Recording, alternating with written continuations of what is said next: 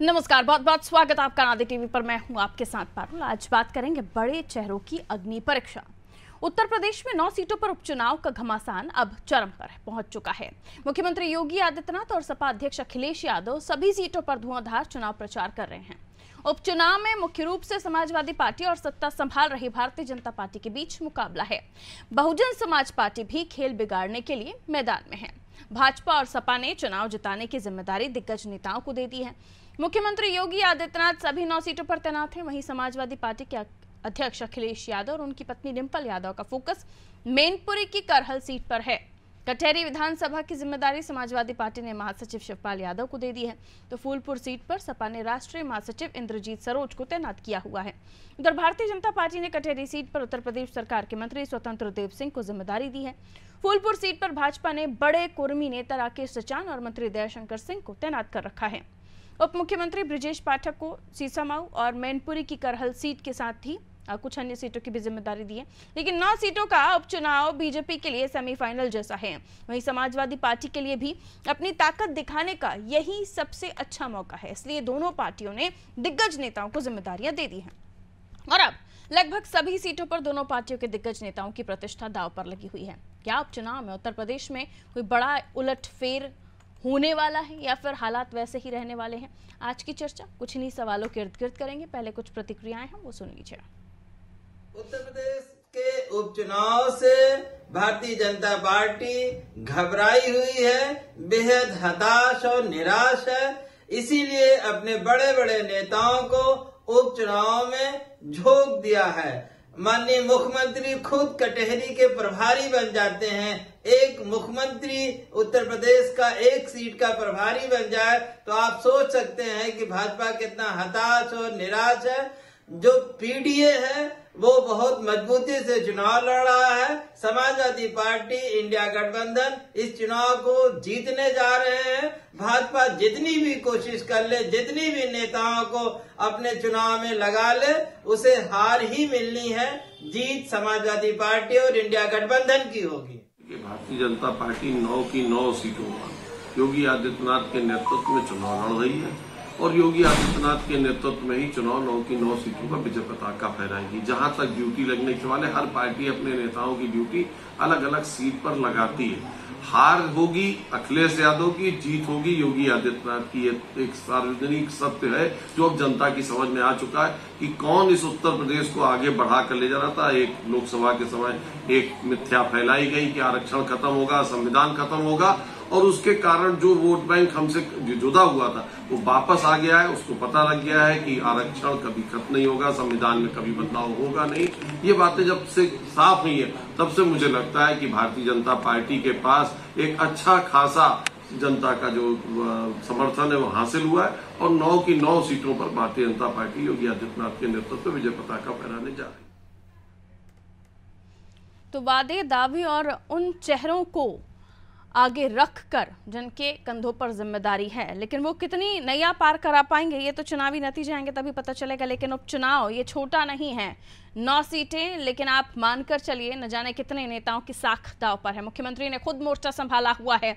उप मुख्यमंत्री ब्रजेश पाठक से लेकर तमाम मंत्री या फिर यूं कहें कि नेता, जिनमें सचान साहब भी मौजूद हैं और उसके अलावा स्वतंत्र देव सिंह को भी जिम्मेदारी दी गई है। तो उत्तर प्रदेश में भारतीय जनता पार्टी के नेताओं की साख तो दांव पर है ही।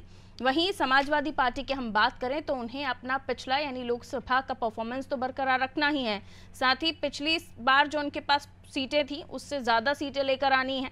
ये भी उनके सामने चुनौती है। लेकिन क्या ऐसा हो पाएगा?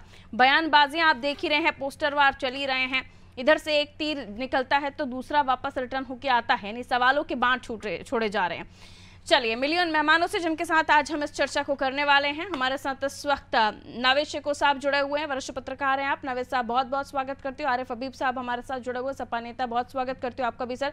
अनिल कुमार शर्मा जी कांग्रेस से हमारे साथ इस वक्त मौजूद है, आपका भी स्वागत सर। और साथ ही शिव सिंह भारती जी हमारे साथ जुड़े हुए हैं बीजेपी से। बहुत स्वागत करते हूँ भारती साहब आपका भी। और सबसे पहले नावेद शेखू साहब, आप ही से मैं समझने की कोशिश करूंगी, ऐसा नहीं है पहली बार हुआ है, नेताओं को जिम्मेदारी दी जाती रही है, लेकिन कौन से वो नेता हैं जिनको आपको लगता है कि भारी भरकम जिम्मेदारी दी गई है, और कौन से वो नेता हैं जो आपको लगता है कि निकाल लेंगे जिम्मेदारी जो उन्हें दी गई है, सीट की जिम्मेदारी जो उन्हें दी गई है वो सीट आसान होगी? क्या विश्लेषण करेंगे आप इस बारे में?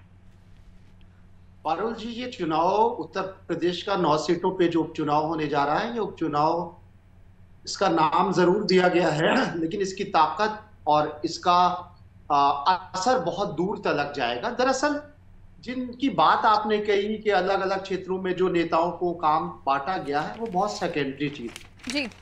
दरअसल इस चुनाव पे पूरी देश की नजर इसलिए है क्योंकि देश के दो बहुत बड़े पॉलिटिशियंस के दो चेहरों पे चुनाव हो रहा है। योगी आदित्यनाथ जो राष्ट्रीय पटल पर बहुत बड़े नेता प्रोजेक्ट कर दिए जा चुके हैं भारतीय जनता पार्टी द्वारा, यानी नेक्स्ट टू का उनको रुतबा मिल चुका है। इस उपचुनाव ने इस बात के संकेत दे दिए हैं कि भारतीय जनता पार्टी के केंद्रीय नेतृत्व और संघ ने भी उनको फ्री हैंड छोड़ दिया है, और आने वाले समय में अगर ये उपचुनाव में भी सफलता पा लेते हैं और वो जो एक कहीं ना कहीं एक टीस है लोकसभा की, उसको वो कवर कर लेते हैं जहां पर भाजपा हारी थी, तो ये क्योंकि आज की तारीख में उन्हीं का नारा, उन्हीं का मुद्दा, उन्हीं का कंटेंट और उन्हीं की हिंदुत्ववादी छवि पूरे देश में एक धमाल मचाए हुए है। राष्ट्रीय नेता के तौर पर योगी आदित्यनाथ का चेहरा, दूसरी तरफ अखिलेश यादव जिनका कद लोकसभा चुनाव में भाजपा जैसी शक्तिशाली पार्टी को हराने के बाद राष्ट्रीय पटल में अखिलेश यादव का बहुत बड़ा कद हो गया है। इंडिया गठबंधन में एक बहुत बड़ी पोजीशन हो गई है, विपक्ष के नेताओं में एक बड़ा चेहरा हो गया है। योगी आदित्यनाथ जो एक बहुत बड़ा चेहरा है, दूसरी तरफ विपक्ष के नेता अखिलेश यादव, ये दोनों राष्ट्रीय पटल के नेता हैं और इनके चेहरों की लड़ाई हो रही है। इसलिए ये महत्वपूर्ण है क्योंकि उत्तर प्रदेश कि नेता हमेशा राष्ट्रीय पटल पर बहुत बड़ी पहचान बनाते हैं, और ये गर्व की बात उत्तर प्रदेश के लिए है कि यहाँ का नेता हमेशा राष्ट्रीय राजनीति में अग्रिम पंक्ति पे होता है, चाहे वो समाजवादी पार्टी का हो, चाहे कांग्रेस का हो, चाहे वो भारतीय जनता पार्टी को। यहाँ पर हम विचारों की और पार्टी की बात नहीं कर रहे हैं। उत्तर प्रदेश की जमीन में वो असर है, यहाँ की मट्टी में वो असर है, यहाँ की राजनीति में भी असर है कि यहाँ पर जो नेता उभरता है उसकी राष्ट्रीय पहचान बहुत बड़ी हो जाती है। और जिस तरीके से नरेंद्र मोदी के बाद सबसे बड़ा कद योगी आदित्यनाथ का होने जा रहा है, वैसे ही आज की तारीख में अगर बाय द वे ये अखिलेश यादव ये चुनाव भी जीत जाते हैं, जैसा मैंने कहा कि भारतीय जनता पार्टी के लिए योगी आदित्यनाथ अगर ये चुनाव जीत जाते हैं तो उनका कद वाकई राजनीति में उनके ऊपर भरोसा भी बढ़ेगा और वो एक फेस तो बनकर उभरेंगे, राहुल गांधी के साथ टक्कर के नेता कहलाएंगे, फिर ये कह सकते हैं। जी बिल्कुल। एक चीज मैं ये कहना चाह रहा हूं कि ये चुनाव इसलिए महत्वपूर्ण है क्योंकि ये बताएगा कि जिस तरीके से 2 राज्यों में चुनाव हो रहे हैं उससे कम ये उपचुनाव नहीं है। इसमें देखना, और यहां पर क्या है, चाहे अखिलेश यादव के बाद समाजवादी पार्टी का क्या नंबर है, जिन नेताओं का आपने जिक्र किया बहुत नीचे है पोजीशन से, यही भारतीय जनता पार्टी में भी। भारतीय जनता पार्टी में उत्तर प्रदेश में जो योगी आदित्यनाथ का जो जनाधार और कद है उसके नीचे 19 और 18 पर भी कोई नेता नहीं है भाजपा के पास में। यही समाजवादी पार्टी में, चाहे भारतीय जनता पार्टी और समाजवादी पार्टी अच्छी हो या बुरी हो, ये बात अलग है। तो ये 2 चेहरों पर चुनाव है और आगे जी। लेकिन जिस तरीके से योगी आदित्यनाथ के कंधों पर 9 की 9 सीटों की जिम्मेदारी है और दूसरी तरफ हम देखें तो अखिलेश यादव और उन्होंने भी जिम्मेदारी संभाली हुई है, डिम्पल जी ने भी जिम्मेदारी संभाली हुई है। लेकिन जैसे कि आपने जिक्र किया, बढ़ेंगे तो कद तो बढ़ेगा ही, और ये फाइट 2 फेसेस की फाइट तो है ही, बढ़ेंगे तो कद बढ़ेगा। लेकिन योगी आदित्यनाथ जो एक बड़ा चेहरा उभर कर सामने आए हैं, उन्हें ये जो साख है वो बरकरार रखनी होगी, वरना आगे जो मुसीबत भारतीय जनता पार्टी पर आएगी, क्योंकि पहले ही बहुत परेशानियां आ गई थी योगी जी के सामने, हालांकि दोबारा उन्होंने बैक किया है। वापस आ रही हूं सर आपके पास, हमारे साथ और भी मेहमान जुड़े हुए हैं। सबसे पहले शिव जी आपके पास आ रही। भारती साहब, करो या मरो की स्थिति है कुल मिलाकर, और पहले लोकसभा चुनाव में जो गच्चा खाया इस बार नहीं खाना है, तो बड़ा नाम सिर्फ योगी आदित्यनाथ ही दिखाई दे रहे हैं। बाकी नेताओं को भी आपने जिम्मेदारी दी है, लेकिन बीजेपी में योगी एंड ओनली योगी। 9 सीटें। पारुल जी, मैं नावेद जी की बात से इतना तो सहमत हूं कि जो उन्होंने कहा कि ये वास्तव में काफी बड़ा चुनाव है, और यह चुनाव है विकास की गारंटी का, यह चुनाव है सुरक्षा की गारंटी का, और एक तरफ झूठ की गारंटी का। जिस तरह से उन्होंने अभी लोकसभा में चुनाव का जिक्र किया, जो लोकसभा का चुनाव था, लोकसभा के चुनाव में पूरी तरह से समाजवादी पार्टी और इंडी अलायंस जिस तरह से झूठ का पुलिंदा लेकर चुनाव में आया और उन्होंने उस तबके को डराने का काम किया, जो तबका वास्तव में आज बहुत 70 सालों से जो संघर्ष कर रहा है अब मुख्य धारा में आने के लिए, और उसको भी उन्होंने उनके इमोशंस के साथ खेलने का काम किया, उन्होंने उनको डर दिखाने का काम किया। तो ये निश्चित रूप से चुनाव बहुत बड़ा चुनाव है और ये चुनाव तय करेगा कि लोकसभा में जिस तरह से उन्होंने जो झूठ फैलाया था, चेहरों पर वोट पड़ना, ये सारी चीजें फैक्टर्स हैं सर। लोकसभा चुनाव में एक मुद्दा कि संविधान को बदल देंगे, ये विपक्ष ने सेट किया एक एजेंडा, एक नैरेटिव, जिसको अब वो नहीं रिपीट कर रहे हैं। और हम बात कर रहे हैं उत्तर प्रदेश के उपचुनाव की, जहां सीटें हैं, वोट परसेंट है, जातियां हैं, वो फेसेस हैं जो चुनावी मैदान में हैं, और सबकी जिम्मेदारी योगी आदित्यनाथ जी के ऊपर है। ये आपको चुनौती कम नहीं लगती? क्योंकि इधर कांग्रेस का सीधा वोट शिफ्ट होने जा रहा है समाजवादी पार्टी के सामने, और लोकसभा में उन्होंने करके दिखाया है। ये आपको बड़ी चुनौती नहीं लग रही? पारुल जी, काट की हांडी एक बार चलती है, एक बार चल गई, टूट गई, उन्होंने नैरेटिव बदल लिया ना, वापस अपने पीडीए पर ही आ गए हैं। मैं फिर कह रहा हूँ, वो पीडीए की बात नहीं कर रहे हैं। पीडीए भी उनका बहुत बड़ा छलावा है। भारतीय जनता पार्टी सबका साथ सबका विकास की बात करती है।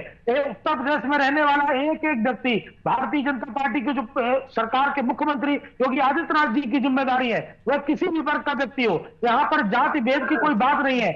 पीडीए का नारा अपने आप में छलावा है। इसमें पीडीए में जो लास्ट का जो इनका ये है, आज भी कभी कहते हैं कोई अगला है, कभी कहते हैं अल्पसंख्यक है, ये अभी भी उनका ये डिसाइड नहीं कर पाए कि लास्ट का जो ए है उसका मतलब क्या है। तो ये अभी का काम कर रहे हैं पीडीए को एक तरह से। उन्होंने अगला कहा या अल्पसंख्यक कहा, इस पीडीए ने लोकसभा में उनके लिए तो काम किया, और शायद यही वजह रही कि पीडीए की वजह से आपको अपना बटेंगे तो कटेंगे वाला नैरेटिव सेट करना पड़ रहा है कि जातियां टूट रही थी और वो आपके लिए ठीक नहीं था। इसे भी एक्सेप्ट कीजिए।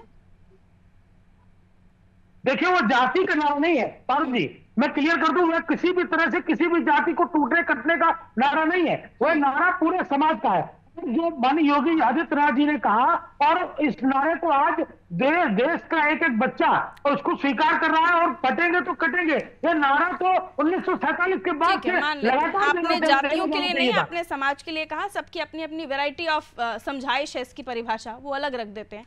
लौट रही हूँ, आरिफ साहब हमारे साथ जुड़े हुए हैं। आरिफ साहब, जैसे मैंने कहा कि दोनों ही दलों के लिए करो या मरो की स्थिति है। अखिलेश यादव को दोबारा वो परफॉर्मेंस दोहराना होगा, लेकिन कांटे बहुत हैं राह में, क्योंकि ये उपचुनाव छोटा नहीं है और इसलिए भी ताकत लगानी पड़ रही है। लेकिन जिनके कंधे पर जिम्मेदारी है, शिवपाल जी के लिए तो कहा जाता है कि चले घोसी में वो एक चेहरा थे, बाकी यहाँ से पूरे मिनिस्टर्स बीजेपी ने उतार दिए थे। लेकिन अब बहुत दिक्कतें हो सकती हैं, क्योंकि एक साथ सारी चीजों को संभालने की तैयारी भारतीय और जो नैरेटिव सेट कर रहे हैं उसके लिए इसको भी आपको मानना होगा कि आपको अपना पक्ष उसी नैरेटिव के अंदाज में देना पड़ रहा है, उसी नारे के अंदाज में देना पड़ रहा है।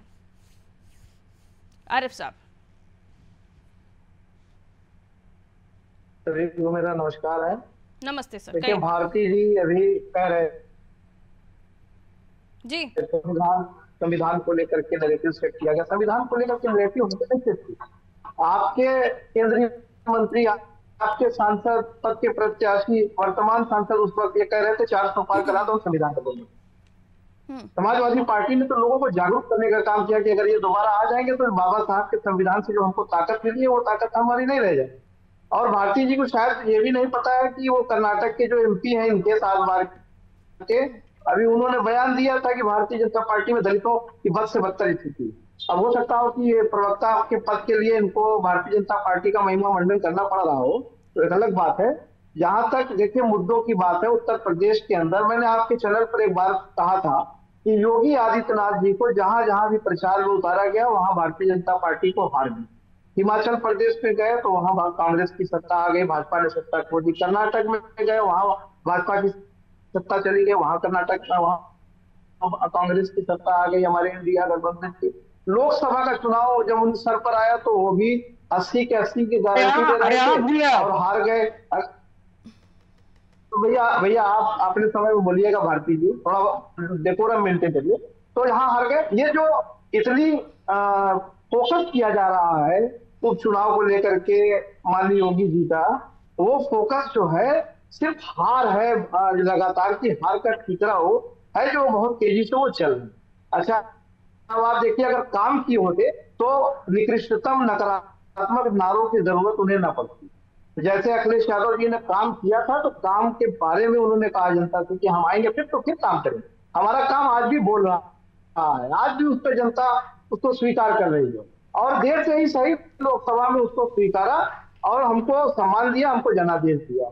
आज भारतीय जनता पार्टी के पास एक्सप्रेसवे जैसा, डीजीपी का पुलिस मुख्यालय जैसा, 112 जैसा, 1090 जैसा, इकाना स्टेडियम जैसा, आलमबाग के बस अड्डे जैसा, ऐसे तमाम आज भी आपके नारे में एक तो पहले तो आप जवाब दे रहे हैं और दूसरा पीडीए के उत्थान की बात करें। पिछड़े दलित अल्पसंख्यक अगड़े आपकी सरकारें रही, मुलायम साहब ने राज किया, कांग्रेस पार्टी भी आपके साथ है। अब आप दोनों को मिलकर जवाब देना पड़ेगा कि पीडीए का उत्थान अब तक क्यों ना कर पाए आप, अब आपको नारे लगाने पड़ रहे हैं, ये भी तो पूछा जाएगा ना सर। हम तो सवाल का जवाब दे रहे हैं, सवाल का जवाब दे रहे हैं ना हम। हाँ, तो आपने जो काम किया वो काम आप दोहरा रहे हैं, लेकिन फिर भी उत्थान की बात कर रहे हैं। तो उत्थान कहाँ से ना हो पाया अब तक, जो अब तक आपको करना था? अब तो दोनों ही साथ में। निश्चित रूप से जब हमको मौका मिला है तो हमने सर्व समाज के लिए काम किया। हमने जातियों में बांट के कोई काम नहीं किया कि लेटरल एंट्री सिंगल पद घोषित कर दिया और अपने ही ऑर्डिनेंस को वो कर दिया, डिमोलिश करके लेटरल एंट्री दे दिया। यहाँ पर दलित समाज के लोगों का, आदिवासी समाज के लोगों का, पिछड़े समाज के लोगों का हक है, वहां पर स्वर्णों को भर दिया, एक विशेष जाति को भर दिया। ये काम हमने नहीं किया। आप केंद्रीय सचिवालय में देख लीजिए, 45 पद हैं और लिटरल एंट्री के द्वारा भरे जा रहे हैं। तो ये हमने नहीं किया। हमको जब मौका मिलेगा तो हम पीडीए के लिए काम करेंगे, सर्व समाज के लिए काम करेंगे। और जब मौका मिला है तो अखिलेश यादव जी ने किया। भारतीय जी को शायद यह छुपाना पड़ रहा है कि क्या हो रहा है, पीछे आरक्षण जा रहा है। जीते तो अखिलेश यादव जी जीतेंगे, हारे तो कौन हारेगा? ये तो ये सवाल तो भारतीय जनता पार्टी से करना चाहिए कि जब मैं तो दोनों से ही करूंगी ये सवाल कि हारे तो कौन हारेगा, शिवपाल जी, अखिलेश यादव, डिंपल जी? तो मोदी जी को सामने कर दीजिए। जीतेंगे तो अखिलेश जी जीतेंगे। नहीं, हम हारेंगे नहीं, हम 9 के 9 जीत रहे हैं, हारने का तो सवाल ही नहीं।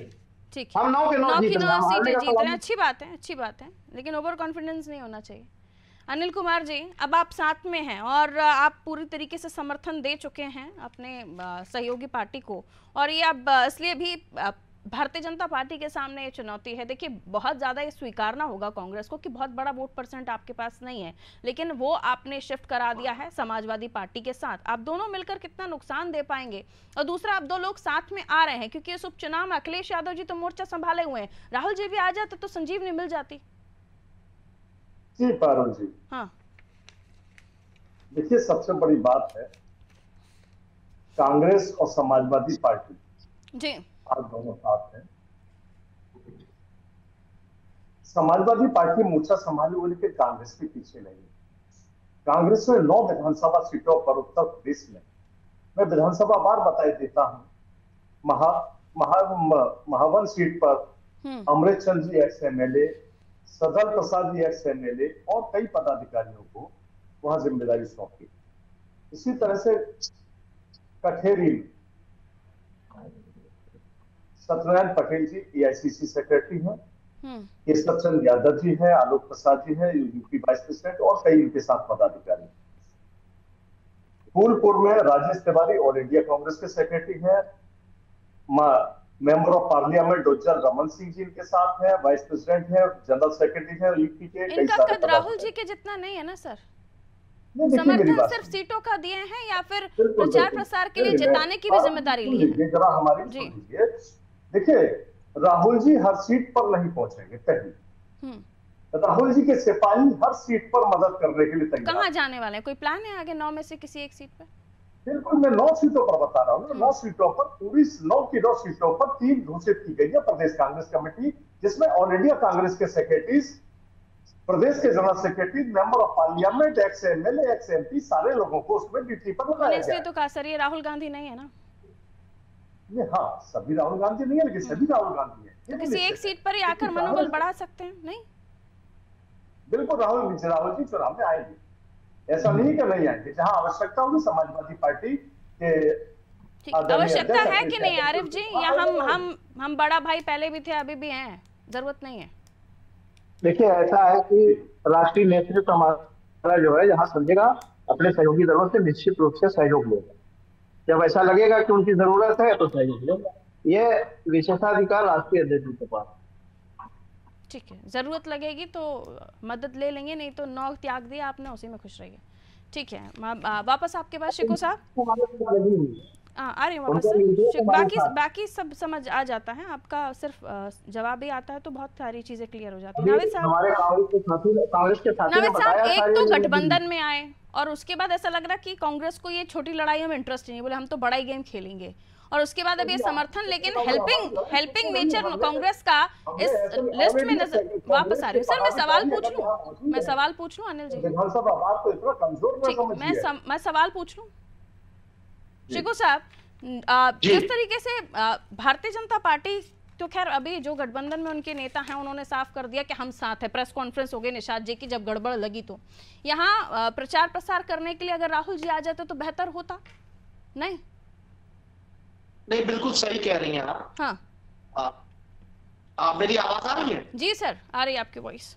आपके साथ डिबेट करने में इसलिए अच्छा लगता है क्योंकि आपके सवाल बड़े जबरदस्त होते हैं, और जर्नलिस्ट जो एक जर्नलिस्ट का एक पावर होता है कमजोर नफ्स को पकड़ना। उसी मुद्दे पर आ रहे हो अपने कांग्रेस के मित्र के साथ, जो अभी हमारे कांग्रेस के मित्र बैठे हैं उनके साथ जो आपने सवाल किया है कि बहुत बड़ा सवाल है, क्योंकि कहा यह गया कि यहाँ पर उत्तर प्रदेश में उपचुनाव में इंडिया गठबंधन लड़ रहा है, समाजवादी पार्टी के साथ कंधे से कंधा मिलाकर कांग्रेस सामने है।